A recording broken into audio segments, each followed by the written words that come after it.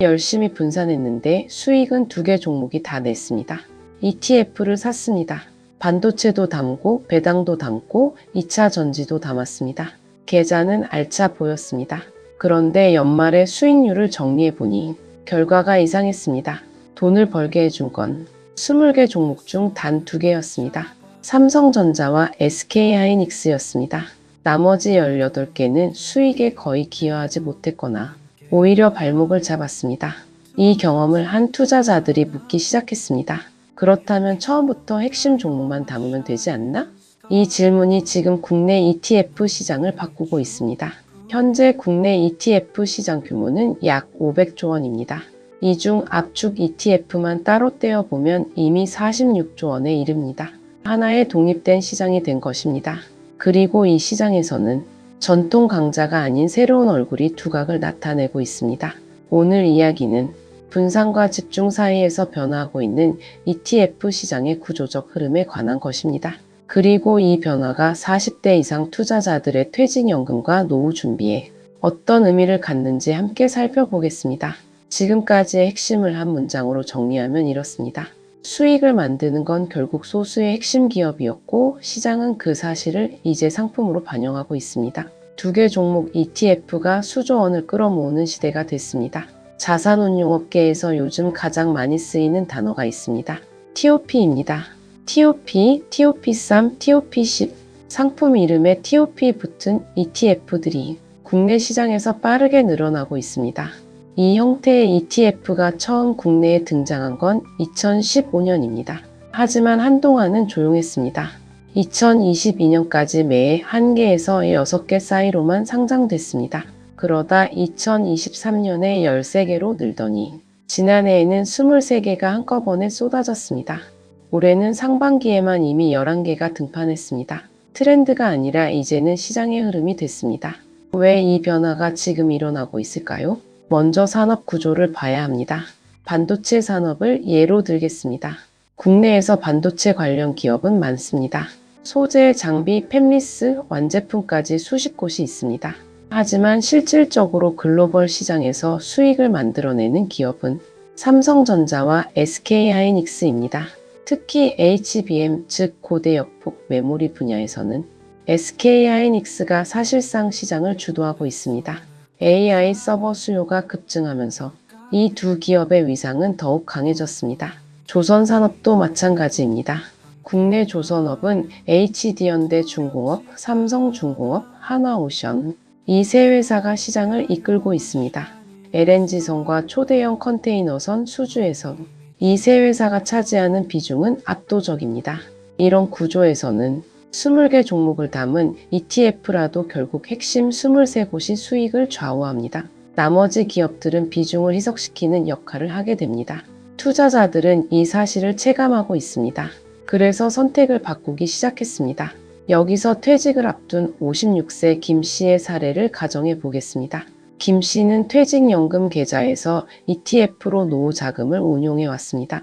오랫동안 30개 이상 종목이 담긴 반도체 ETF를 보유했습니다. 시장이 오를 때도 있었고 내릴 때도 있었습니다. 그런데 어느 날 알게 됩니다.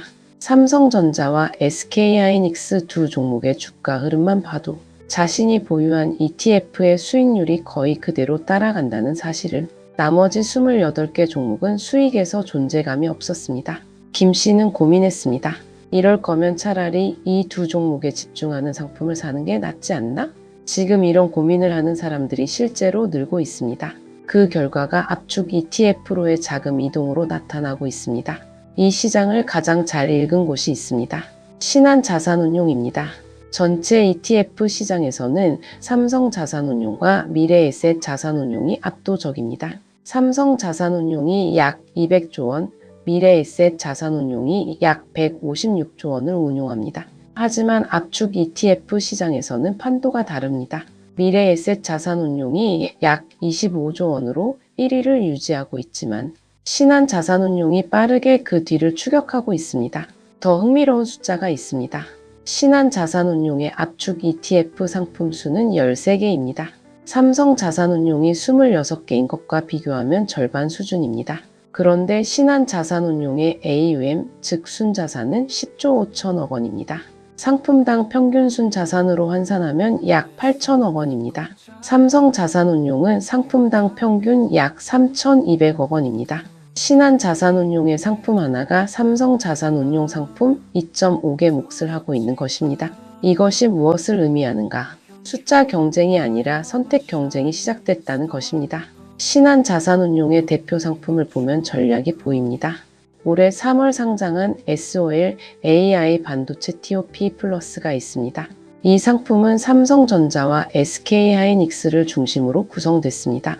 여기에 SK하이닉스 지분을 대규모로 보유한 SK스퀘어를 추가했습니다. 단순히 두 대장주를 담는 게 아니라 SK하이닉스에 대한 노출도를 최대한 높인 구조입니다. 결과는 상장 후 약 3개월 만에 6조 7천억 원을 끌어모았습니다. 현재 압축 ETF 시장에서 순자산 규모 2위입니다. 또 하나의 사례가 있습니다. SOL 조선 TOP3 플러스입니다. 이 상품은 HD현대 중공업, 삼성중공업, 하나오션 세 곳에 집중합니다. 현재 약 2조 원의 순자산을 보유하고 있습니다. 이 상품이 흥행하자 삼성자산운용과 미래에셋 자산운용이 유사한 상품을 뒤이어 출시했습니다. 하지만 선점의 벽을 넘지 못하고 있습니다.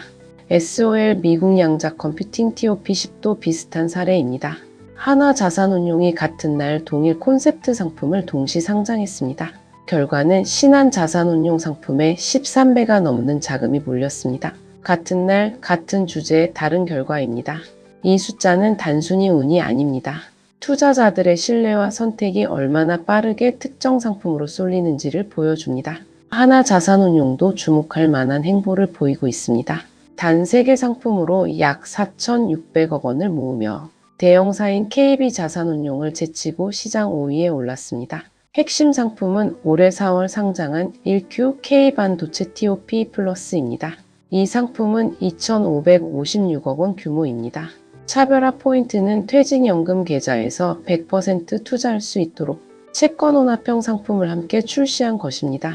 반도체 집중 투자를 원하지만 퇴직연금 규정 때문에 망설였던 투자자들을 공략한 것입니다. 이 전략이 통했습니다. 지금까지의 핵심을 한 문장으로 정리하면 이렇습니다. 압축 ETF 시장은 이미 46조 원 규모의 독립시장이 됐고 그 안에서 새로운 강자들이 등장하고 있습니다. ETF가 변한 게 아닙니다. 투자자의 눈이 먼저 변했습니다. 압축 ETF의 인기를 단순한 상품 트렌드로 보면 놓치는 게 있습니다. 모두가 놓친 진짜 포인트는 따로 있습니다. 이 흐름은 ETF 시장의 변화가 아닙니다. 투자자의 사고방식이 구조적으로 바뀌고 있다는 신호입니다. 과거의 투자자는 시장 전체에 올라타려 했습니다. 반도체 산업이 성장하니 반도체 ETF를 사자. 이것이 전형적인 분산 투자의 논리였습니다. 하지만 지금의 투자자는 다르게 생각합니다. 반도체 산업이 성장한다면 그 성장을 가장 많이 가져가는 기업이 어디인가? 이 질문의 차이가 압축 ETF 시장을 만들었습니다. 이 변화가 왜 지금 일어나는 것인지 구조를 짚어볼 필요가 있습니다. 첫 번째 이유는 정보 접근성입니다. 10년 전과 지금을 비교하면 개인 투자자가 접할 수 있는 정보의 양과 질이 완전히 달라졌습니다. 유튜브, 경제 뉴스, 기업 실적 발표 자료까지 이전에는 기관 투자자만 접하던 수준의 정보를 개인도 실시간으로 확인할 수 있게 됐습니다. 이 환경에서 투자자들은 스스로 판단하려 합니다. 이 산업에서 누가 이기고 있는가? 그 판단이 명확해질수록 분산 투자보다 집중 투자에 대한 욕구가 생깁니다. 두 번째 이유는 시장 구조 자체의 변화입니다. AI와 반도체 산업에서 극명하게 나타나고 있습니다. 과거에는 산업 내 기업들이 고르게 성장하는 경향이 있었습니다. 지금은 다릅니다. HBM 시장에서 SK하이닉스가 엔비디아의 핵심 공급사가 됐습니다. 이 사실 하나가 주가 흐름을 압도적으로 결정했습니다. 같은 반도체 업종이라도 HBM의 포지션이 없는 기업과 HBM을 주도하는 기업의 수익 차이는 엄청났습니다. 승자가 대부분의 수익을 독식하는 구조가 강해지고 있습니다. 경제학에서는 이를 승자 독식 구조라고 부릅니다. 이 구조에서는 분산이 오히려 수익을 갉아먹는 요인이 될 수 있습니다. 세 번째 이유는 퇴직연금 자금의 성격입니다. 이 부분이 가장 중요합니다. 40대, 50대 투자자에게 퇴직연금은 단순한 투자 계좌가 아닙니다. 은퇴 이후 생활을 책임져야 할 자금입니다. 그런데 기존의 분산형 ETF들은 시장 평균을 따라가는 경향이 강합니다. 시장 평균 수익률로 20년 뒤 노후 자금이 충분할 것인지에 대한 불안감이 있습니다. 그 불안감이 조금이라도 더 높은 수익률을 기대할 수 있는 상품으로 자금을 이동시키고 있습니다. 하나자산운용이 퇴직연금에서 100% 투자 가능한 채권혼합형 구조로 반도체 TOP 상품을 출시했을 때 반응이 좋았던 이유가 바로 여기에 있습니다. 수익률에 대한 갈망과 안전자산 규정 사이의 간극을 메운 것입니다. 이것이 단순한 상품 흥행이 아닌 이유입니다. 그런데 여기서 반드시 짚고 넘어가야 할 이야기가 있습니다. 집중의 이면에는 반드시 집중의 위험이 존재합니다. SOL AI 반도체 TOP 플러스가 6조 7천억 원을 모은 상품이라는 사실은 동시에 그 자금 대부분이 삼성전자와 SK하이닉스 두 기업에 집중되어 있다는 의미이기도 합니다. 만약 이 두 기업이 동시에 부진한 국면에 진입하면 6조 7천억 원의 자금이 동일한 방향으로 움직이게 됩니다. 55세 박 씨의 사례를 가정해 보겠습니다.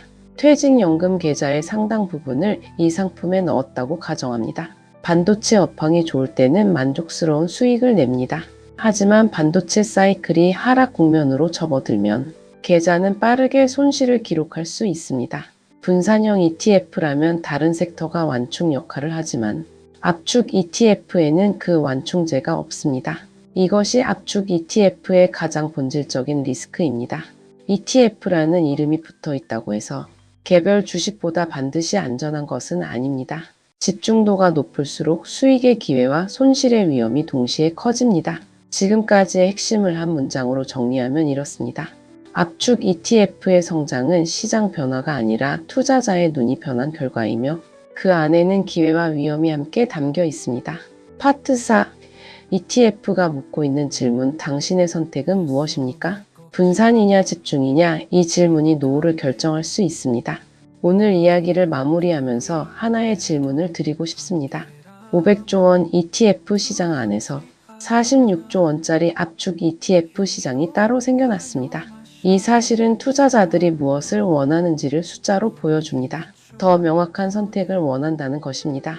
더 강한 집중을 원한다는 것입니다. 그런데 이 욕구가 생겨난 시점을 생각해 볼 필요가 있습니다. AI 혁명이 가속화되고 반도체 수요가 폭발적으로 증가하고 조선업이 수십 년 만에 호황을 맞이하던 시기입니다. 강한 산업 사이클이 특정 기업들을 압도적 승자로 만들었고 그 사이클에 올라탄 투자자들은 압축 ETF에서 높은 수익을 경험했습니다. 문제는 이 사이클이 영원하지 않다는 점입니다. 모든 산업에는 상승 국면과 하락 국면이 있습니다. 지금 압축 ETF 시장으로 불리는 자금 중에는 노후 준비 자금도 상당 부분 포함되어 있습니다. 퇴직연금 계좌에서 채권혼합형 압축 ETF를 구매한 투자자들의 자금입니다. 이분들에게 중요한 건 단 하나입니다. 내가 이 상품을 왜 사는지 이해하는 것입니다. 수익률 기대 때문인지, 아니면 그 산업의 미래를 믿기 때문인지, 혹은 단지 유행하는 상품이라서 따라가는 것인지, 이 세 가지 이유는 전혀 다른 투자 결과로 이어질 수 있습니다. ETF 시장은 지금 명확한 방향을 보여주고 있습니다. 많이 담는 시대에서 핵심만 담는 시대로 이동하고 있습니다. 하지만 핵심만 담는다는 전략은 핵심이 바뀌는 순간 가장 취약해질 수 있는 전략이기도 합니다. 오늘 여러분께 드리는 질문은 이것입니다. 지금 본인의 퇴직연금 계좌와 투자 계좌 안에 분산과 집중의 비율이 어떻게 구성되어 있는지 확인해 보셨습니까? 유행하는 상품이 아니라 본인의 투자 목적에 맞는 구성인지 점검해 보시기를 권합니다. 다음 영상에서는 실제로 자금이 가장 많이 몰리고 있는 반도체 TOP, ETF와 일반 반도체 ETF의 수익률 차이를 구성 종목과 함께 직접 비교해 보겠습니다. 구독과 좋아요는 한 번 더 생각해 보게 만드는 힘이 됩니다. 오늘도 행복한 하루 되세요. 감사합니다.